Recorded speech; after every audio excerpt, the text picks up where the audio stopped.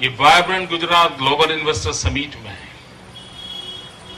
दो ऐसे क्षेत्र हैं कि जिसमें सबसे ज्यादा लोगों को आकर्षित करने का हम प्रयास करते हैं। एक है एजुकेशन, दूसरा है हेल्थ सेक्टर।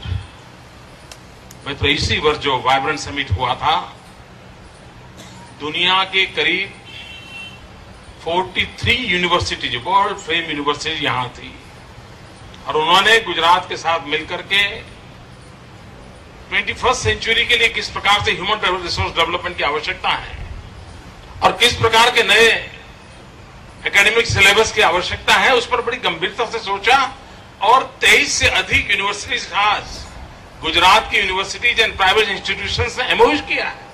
आप कल्पना कर सकते हैं कैसा एक नए क्षेत्र में हम प्रवेश कर रहे हैं। उसी प्रकार से हेल्थ सेक्टर में भी सर्वाधिक एमओयू हुई है। यानी सिर्फ इंडस्ट्री के लिए नहीं हो रहे, एग्रीकल्चर हो, पानी की व्यवस्था हो, हम विश्व में जो उत्तम व्यवस्थाएं हैं,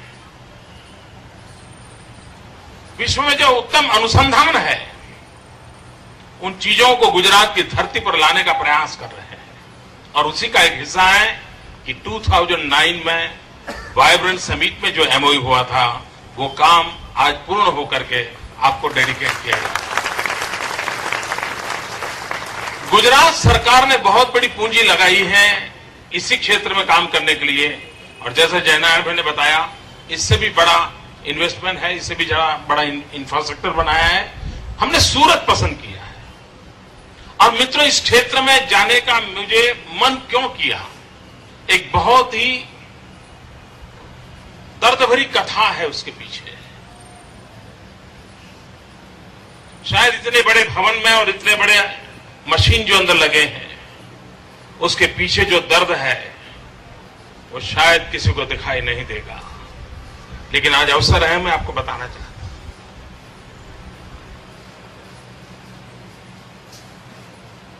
हम गुजरात के लोग हैं, हम 6 करोड़ नागरिक साथ रहते हैं,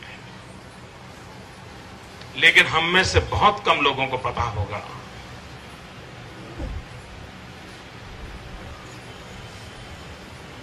कि हमारे राज्य के ट्राइबल बेल्ट में, उसमें भी साउथ गुजरात का ट्राइबल बेल्ट, डांग, बलसाड़, तापी, नर्मदा, बलसाड़, उमरगांव, इस बेल्ट में ट्राइबल कम्युनिटी में जेनेटिकली सिकल सेल की एक बड़ी भयंकर बीमारी है। दुनिया एचआईवी से तो कांपती है, उसको पता है कि कितना भयंकर है, लेकिन लोगों को मालूम नहीं है सिकल सेल कितना भयानक, उस पीड़ादायक दर्द होता है। मैं बड़े दुख के साथ कहना चाहता हूं, अनेक सरकारें गुजरात में आके गई, ये सिकल सेल मेरी सरकार आने के बाद नहीं आया है।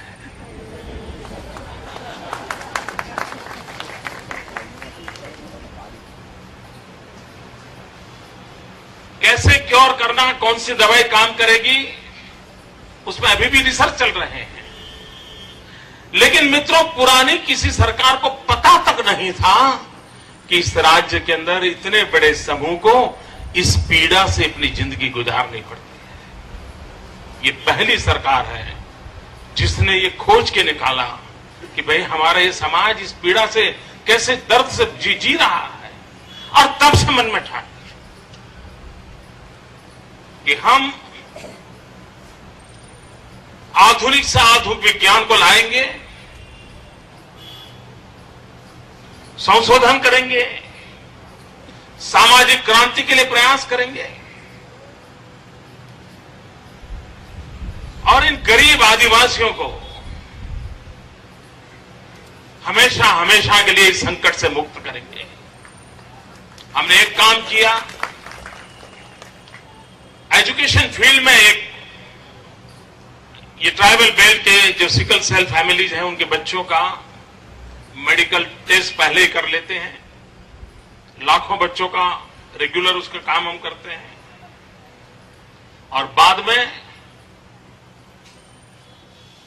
जब वो बड़े हो जाते हैं उनको हम समझाते हैं कि आप भी अपने माँ बाप के कारण सिकल सेल के हेरिडिटरी आप पेशेंट हैं।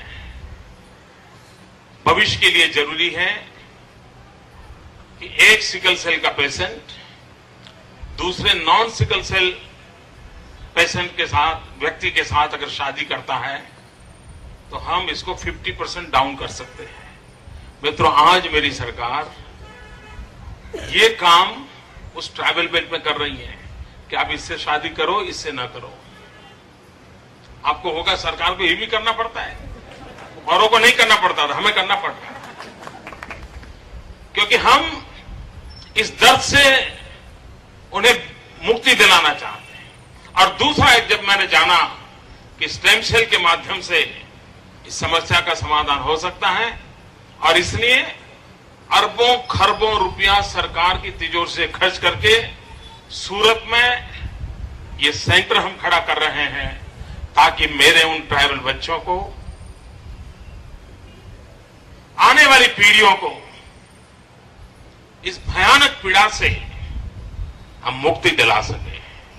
और उस अर्थ में गुजरात में स्टेम सेल इस क्षेत्र का विकास ज्यादा जितना होगा, मुझे विश्वास है कि हम बहुत अच्छी सेवा कर पाएंगे। मित्रों,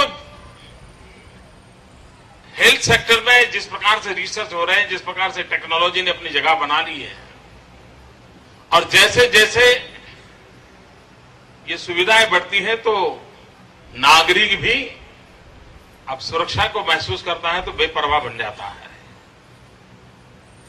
अगर कार में एक्सीडेंट प्रोटेक्शन के लिए एयरबैग की व्यवस्था है तो ड्राइवर को मन करता है कैसे भी चला लो, कोई बात नहीं, एयरबैग है, बच जाएंगे। ये जो टेम्परामेंट धीरे धीरे बन रहा है वो बड़ा चिंता का विषय है। आरोग्य की सुविधाएं कितनी ही क्यों न बढ़े, लेकिन भगवान हमें उस सुविधाओं को लाभ लेने के लिए मजबूर न करें, ये देखना हम लोगों का दायित्व बनता है, एक नागरिक के नाते हमारा दायित्व है। और हम ईश्वर से प्रार्थना करते हैं कि हमारा खुद को संभालने का जो स्वभाव सदियों से हमें विरासत में मिला है उसको हम ध्यान दें। मित्रों, एक मैं चाहता हूं स्टेम सेल के माध्यम से एक काम अगर हम रिसर्च करके करें, युद्ध के अंदर या आतंकवादियों के हाथों से